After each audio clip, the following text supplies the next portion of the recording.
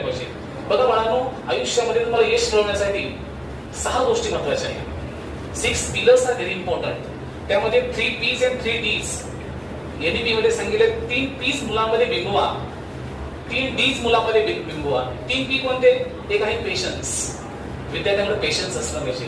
एक आहे परसिस्टन्स आणि एक आहे परसिव्हरन्स, म्हणजे संयम, सातत्य आणि चिकाटी.